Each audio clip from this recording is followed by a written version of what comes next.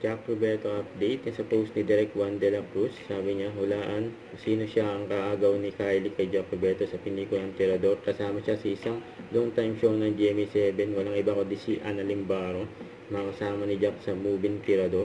At may nagtanong pa nga kay Direk Juan de la Cruz, sabi, hello sir, kasama ba si Kylie at Jack dito? Sabi, sila ang bida dito. Wow, bida sila Kylie Padilla at Jack Roberto yung sa movie Tirador. Kung ganun, excited na mga kay Jack at Jack Lipan. Sigurado ma-action to at may halong kilig, yun no.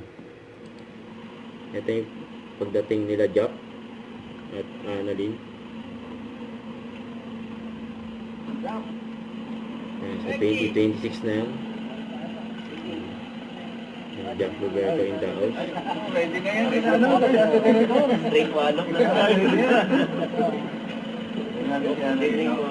ulit tayo, malaki mother's wife. Ito nga pala, ano ko, wife ko. Oo nga po. Good luck sa movie. Maraming mga pulis ko na, yun yung venue. Yung kanina, yung mga,